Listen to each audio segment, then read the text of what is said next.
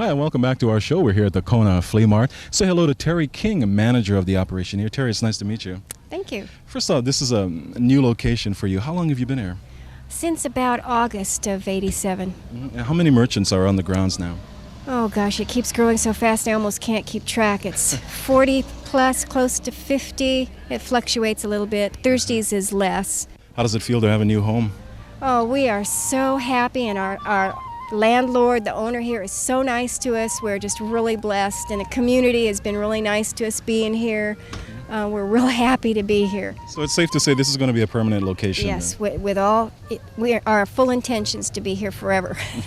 Good, very much. Only growing. Yeah, thank you very much, Terry. You're welcome. Wish you success. Okay, let's get back to our show. Our next story deals with some entertainment of a different kind. Different because you won't hear any singing, any chanting, or any guitars. All you'll hear are the powerful sounds of drums.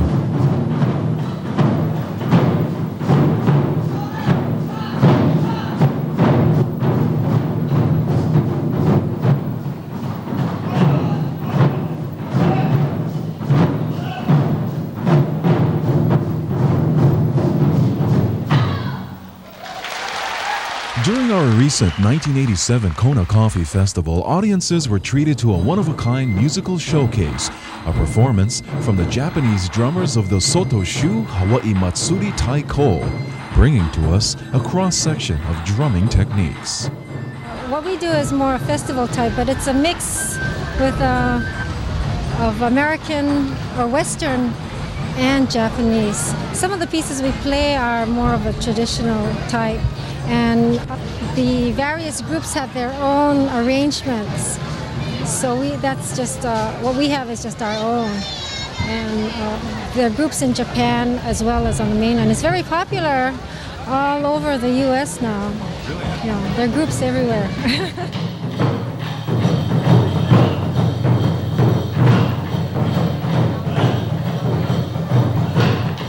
Faye is personally responsible for forming the Sotoshu Hawaii Matsuri Taiko back in July of 1984 in Wahiawa on the island of Oahu.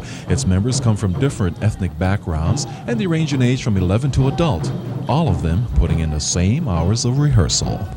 We practice a lot, not enough though. The problem is because the drumming is very loud. We practice on tires. Is that right? Because the drums are too loud, and it saves us the drums because the equipment is very expensive. A drum would cost anywhere from $3,000 to $5,000 or more. One drum? One drum. I teach them basic patterns or the pieces as I've learned them, and we try to work out arrangements together. Some of the kids have free rein in arranging certain pieces themselves, and if it's okay and it looks okay, sounds okay, then they get to perform it.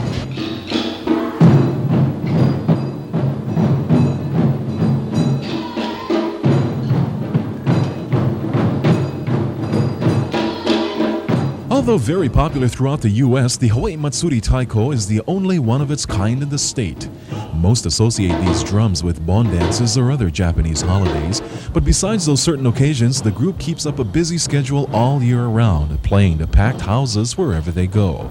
They play on drums made of keaki wood from Japan, covered with cowhide. Each drum has a specific name. The small drum is called a shime, and then there's the medium one which we call chudaiko, and the large one is called odaiko. Since I've been in the group for a long time, I can play all the drums. Not like the younger ones who are stationed to a certain drum for a long time. And every drum is played a certain way. You don't play every drum the same way, is it? It's all different forms and how your legs are positioned and stuff.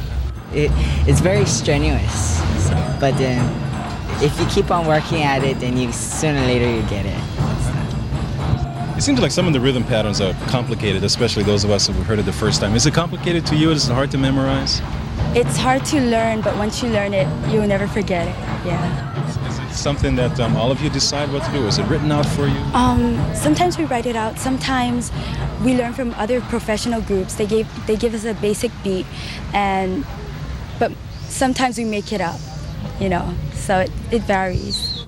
The Hawaii Matsuri Taiko will continue to promote and preserve an exciting form of Japanese culture through their performances.